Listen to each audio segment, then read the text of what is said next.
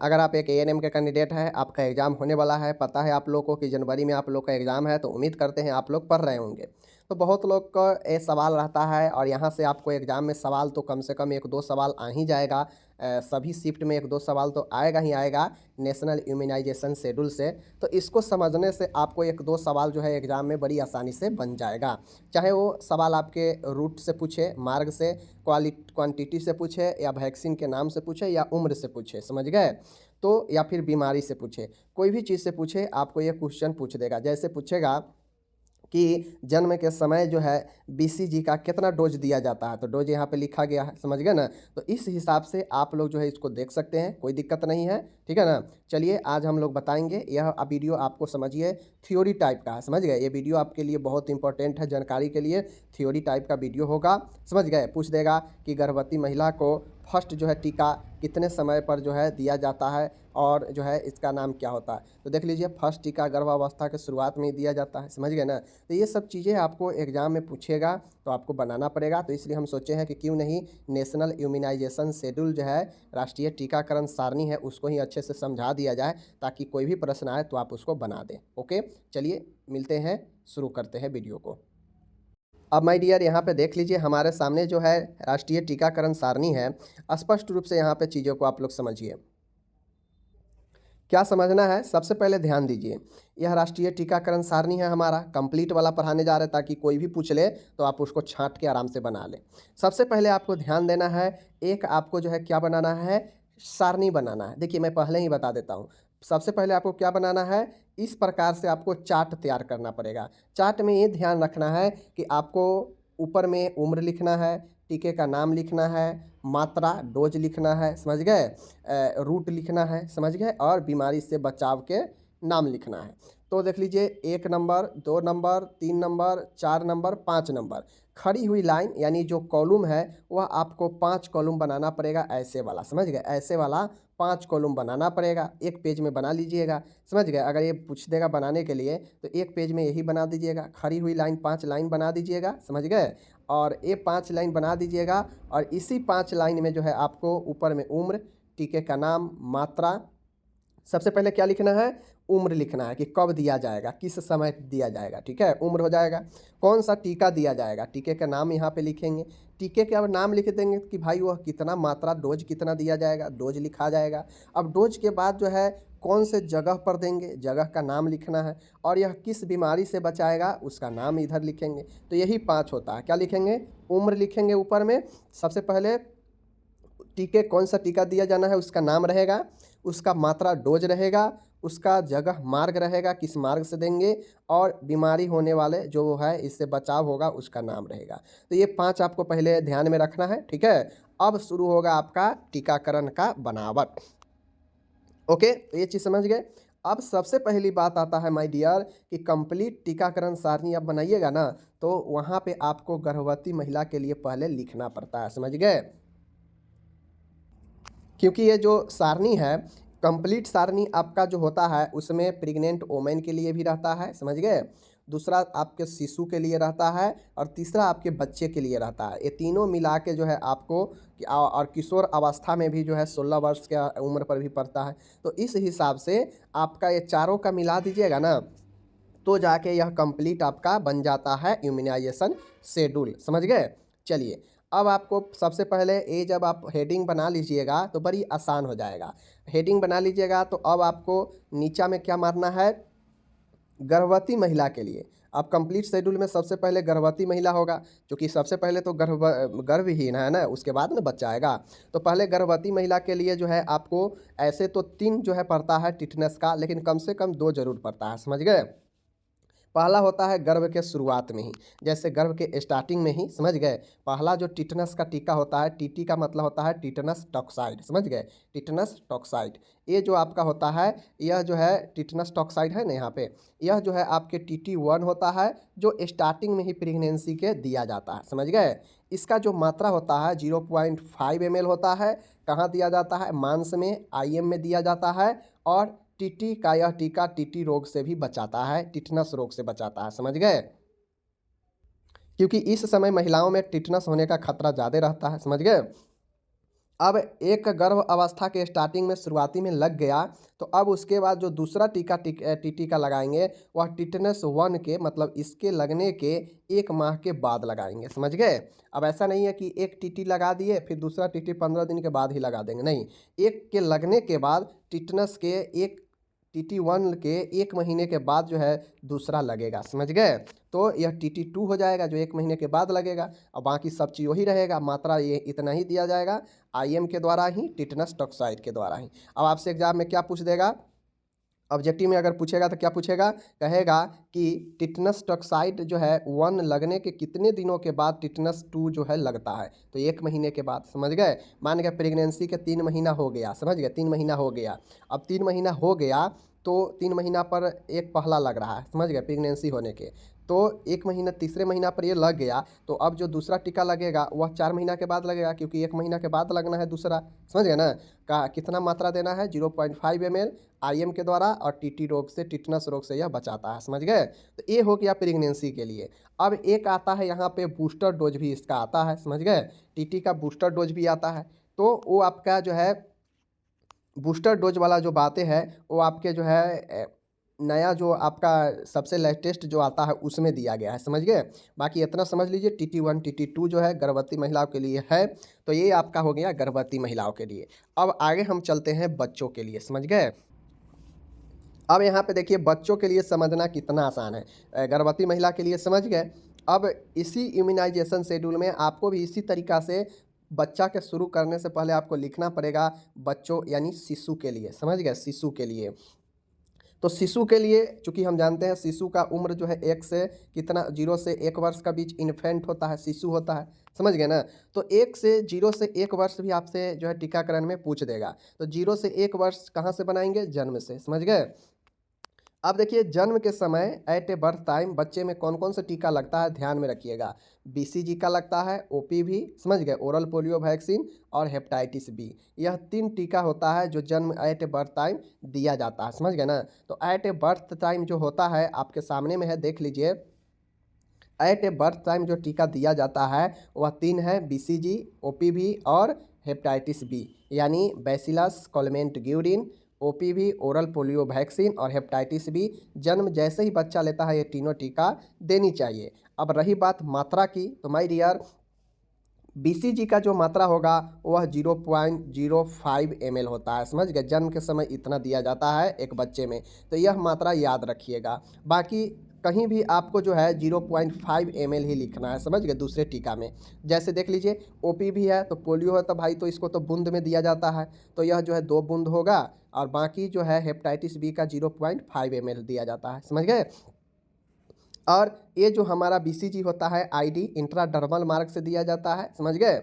और पोलियो का जो है 2 बूंद मुंह से पिलाया जाता है तो ओरल होगा, और बाकी हेपेटाइटिस B जो है मांस में IM में दिया जाता है, ठीक है। तो ये हो गया BCG TB के लिए होता है, और OPV पोलियो से बचाता है, और हेपेटाइटिस B जो है हेपेटाइटिस से बचाता है। तो रोग के तो आपको पता ही होगा, आप ये भी चीज़ को समझ गए, ठीक है।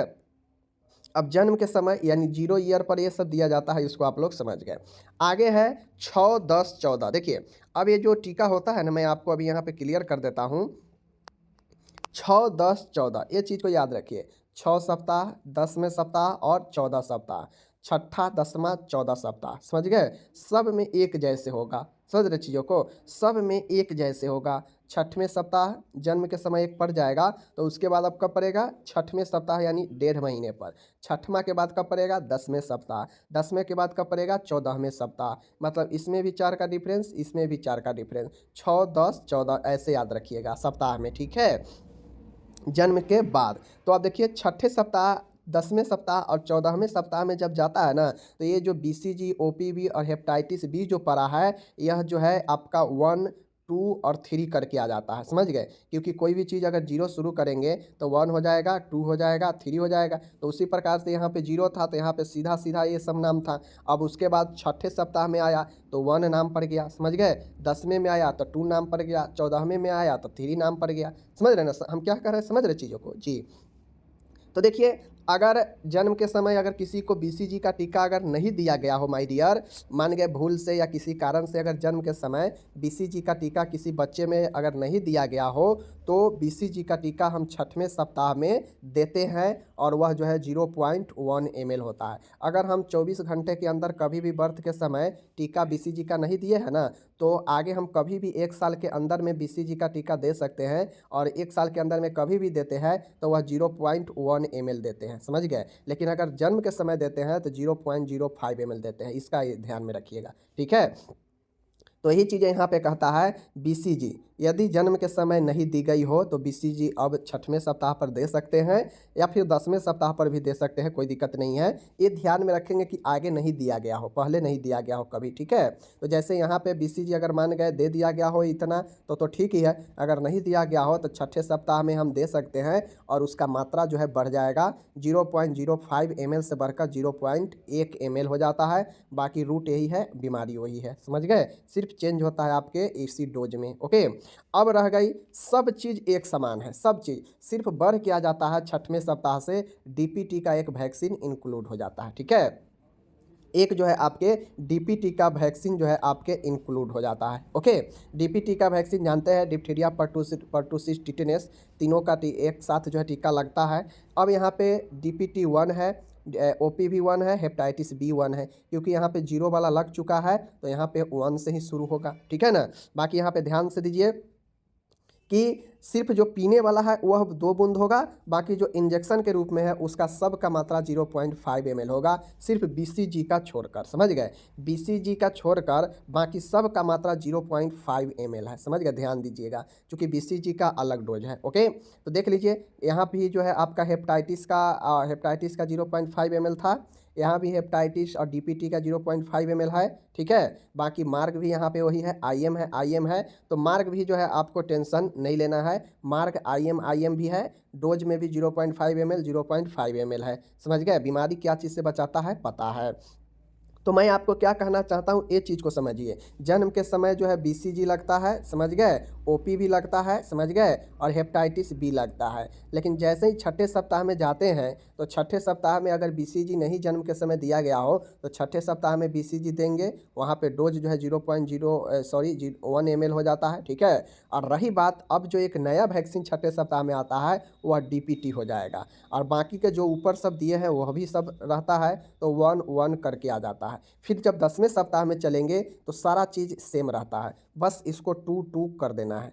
14वें सप्ताह में जाएंगे तो इसको 3 कर देना है, बाकी जो है आपका डोज वूज सब जो है रूट सब यही रहता है, समझ गए ना। तो ये चीज़ समझ गए कि जन्म के समय, फिर उसके बाद छठे, फिर 10वें, फिर 14वें सप्ताह, बाकी कौन कौन सा वैक्सीन दिया गया है। जन्म के समय आता है ना, तो छठे सप्ताह में जो जाता है वैक्सीन तो वहाँ पे एक नए वैक्सीन डीपीटी आ जाता है, बस इतना ध्यान रखना है। बाकी सब जन्म के समय वाला ही रहेगा और सब में 1 कर देना है छठे में, 10वें में जाएंगे तो 2 कर देना है, ठीक है। 14वें में जाएंगे तो थर्ड कर देना है सब में, बाकी डोज सब में एक ही रहेगा, रूट एक ही रहेगा, बीमारी से बचाएगा तो एक ही रहेगा, समझ गए ना। तो ये सारा चीज़ है, उम्मीद है आप लोग इस चीज़ को, हमारे बात को समझ गए होंगे, ठीक है। चलिए अब यहाँ पे हम आपको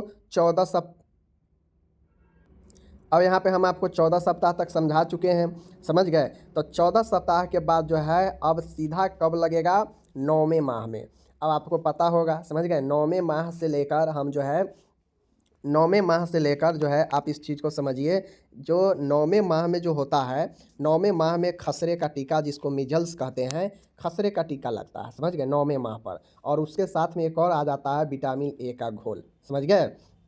9वें माह में जो खसरे का टीका लगता है, डोज तो उसका वही होता है 0.5 ml, समझ गए, 0.5 ml, चूँकि यह एक इंजेक्शन के माध्यम से दिया जाता है। तो इंजेक्शन वाला जितना है ना, सिर्फ बीसीजी के छोड़ के बाकी सब का 0.5 ml आँख बंद करके लिख दीजिएगा। और बाकी पोलियो है तो पीने वाला ही है, तो उसका तो 2 बूंद है ही, समझ गए ना। तो खसरे का टीका 0.5 ml, और बाकी यह सब क्यूटेनियस माध्यम से दिया जाता है, आपको पता है, यह मिजल्स से बचाता है, समझ गए। विटामिन ए का घोल ही 9वें महीना में यह 1 लाख यूनिट दिया जाता है और मुंह के द्वारा यह दिया जाता है, ओरल द्वारा, समझ गए ना। विटामिन ए की कमी से होने वाले बीमारियों को बचाता है, ठीक है। तो यह 9वें महीना पर क्या याद रखिएगा, 14वें सप्ताह के बाद सीधे क्या लिखिएगा, 9वां माह, 9वें माह के समय पर 9वें माह में खसरे का टीका और विटामिन ए का टीका। कितना डोज, 0.5 ml, 1 लाख यूनिट 9वें माह पर। यह सब क्यूटेनियस माध्यम से दिया जाता है, यह मुंह से दिया जाता है, ओके। अब 9वें माह के सीधा बाद हम लोग चलते हैं कहाँ पे, 15वां माह तथा उसके बाद 6 वर्ष की उम्र तक प्रत्येक 6 माह पर। अब माय डियर होता यह है कि 9वें माह के बाद जो है सीधा हम क्या कब देते हैं, 15वें माह, ठीक है। 15 माह से लेकर 6 वर्ष तक जो है प्रत्येक 6 महीने पर, समझ गए, प्रत्येक 6 महीने पर जो है क्या किया जाता है, विटामिन ए का घोल देते रहता है, समझ गए।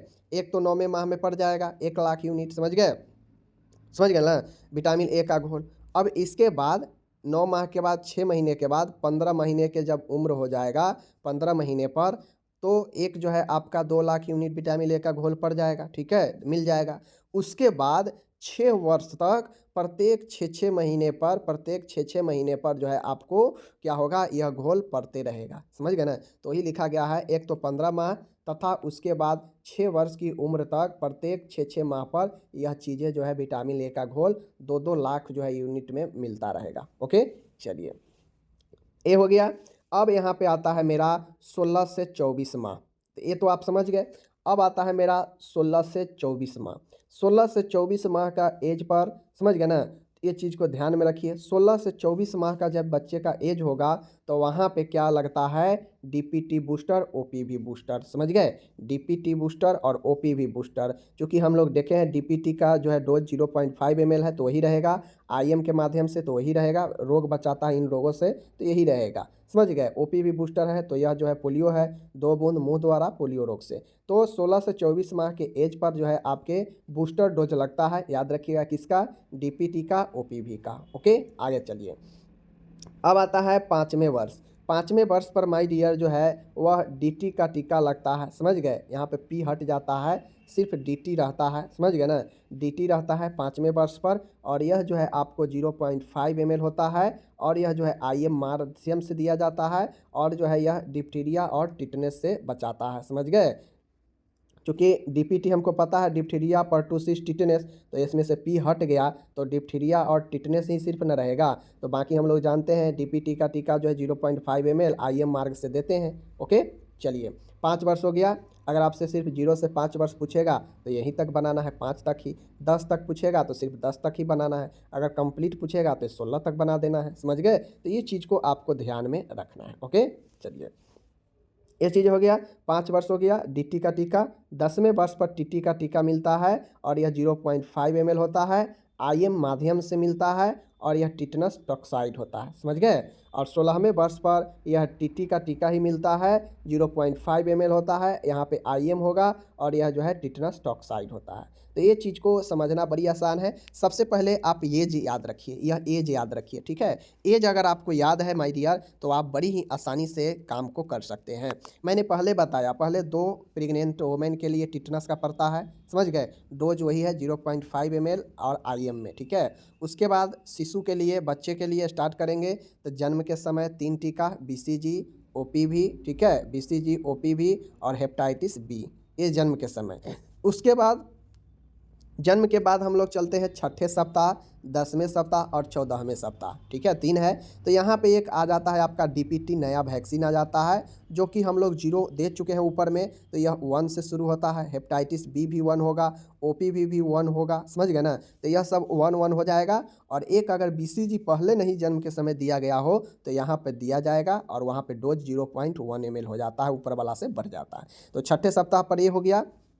फिर आगे हम लोग चलते हैं तो फिर आगे क्या होगा, चूँकि यहाँ पे 1-1 हो गया तो यहाँ पे यही वैक्सीन सब 2-2 जो है दूसरा हो जाएगा। यहाँ पे जो 14वें सप्ताह तो यही वैक्सीन सब 3-3 थर्ड जनरेशन के तौर पर हो जाएगा। बाकी डोज रूट सब तो यही होगा, ठीक है। अब 14 तक हम दे देंगे तो हम जानते हैं कि 9वें माह पर मीजल्स, खसरा का और विटामिन ए का दिया जाएगा। खसरा का डोज होगा 0.5 ml ही होगा। सब क्यूटेनियस मार्ग, सिर्फ मार्ग चेंज हो जाएगा, वह सब क्यूटेनियस हो जाएगा, समझ गए। बाकी विटामिन ए है तो यह 1 लाख है, समझ गए। चलिए, अब 9वें माह है तो उस 9वें माह के बाद हम लोग सीधे चलेंगे 15वें माह तथा 15 से लेकर 6 वर्ष तक प्रत्येक 6 माह पर विटामिन ए का घोल दिया जाएगा। तो उसको जो है इस प्रकार से लिख दीजिएगा। अब हम लोग 15 माह के बाद चलेंगे 16 से 24 माह में 2 चीज़ का बूस्टर डोज लगता है, एक डीपीटी का और एक ओपीवी का, समझ गए। एक डीपीटी का बूस्टर लगता है और एक ओपीवी का बूस्टर लगता है, कब? 16 से 24 माह में बच्चे को, समझ गए। और यह डीपीटी का बूस्टर होता है, आप जानते हैं 0.5 ml IM द्वारा और रोग से बचाता है इन रोगों से। ओपीवी है तो आपको पता है ओरल पोलियो वैक्सीन 2 बूंद मुंह द्वारा पोलियो से बचाता है। अब 16 से 24 माह याद रख लिए तो अब झंझट हो गया ख़त्म। अब सिर्फ एक बचता है 5 वर्ष, 10 वर्ष और 16 वर्ष। 5 वर्ष में है डीटी का टीका, यहाँ से डीपीटी में पी हट जाता है, सिर्फ जो है डिप्थीरिया टिटनेस का लगता है और यह आईएम के माध्यम से ही है, डोज उतना ही है 0.5 ml ही। ओके, 10 वर्ष की बात किया जाए माय डियर तो टीटी का ही, 16 वर्ष में बात किया जाए तो टीटी का ही लगता है और यह 5 ml आईएम टिटनस टॉक्साइड और यहाँ पे आपका कंप्लीट इम्यूनाइजेशन समाप्त होता है। तो जो लोग अगर इसको ध्यान से देखेंगे कि हम कहना क्या चाहते हैं, अगर इस चीज़ को पकड़ लेंगे तो आप इसको आसानी से बना सकते हैं या आपके एग्ज़ाम में इससे ऑब्जेक्टिव आ जाएगा तो आराम से पकड़ सकते। अब देखिए आपसे पूछ देगा कि किस उम्र पर जो है डीपीटी का बूस्टर लगता है, तो देख लीजिए आपके सामने में है 16 से 24, ठीक है ना। आपसे पूछ देगा कि जो है टिटनस टॉक्साइड का जो है कितना जो है मतलब किस मार्क से देते हैं, तो आईएम मार्क से देते हैं। पूछ लेगा मीजल्स का किस मार्क से देते हैं, तो सबक्यूटेनियस मार्क से। तो ये चीज़ें को आपको ध्यान में रखना पड़ता है, ऐसे ही एग्जाम में क्वेश्चन पूछते हैं, समझ गए। तो बाकी चलिए हम लोग मिलेंगे आपसे अगले वीडियो में। आप लोग कितना समझे नहीं समझे हैं हमें तो पता नहीं, बट हम अपने तरीक़ा से पूरा कोशिश किए हैं आपको कि अच्छे से तरीक़ा से समझाया जाए ताकि आप इसे याद रखें, समझ गए ना। तो हम आपसे मिलेंगे अगले वीडियो में, अपना ख्याल रखिएगा। और एक बात और बता देते हैं आप लोग को, आपसे एग्जाम में जैसे प्रश्न पूछा जाए वैसे ही प्रश्न का जवाब देना है, ऐसे नहीं कि पूरा के पूरा छाप देना है एग्जाम में। अगर आपको जन्म से पूछे, जीरो से पूछे तो जन्म से ही बनाना है, अगर पूर्ण पूछे तब जो है प्रेग्नेंट वुमेन के लेकर चलना है। ओके, चलिए मिलेंगे अगले वीडियो में।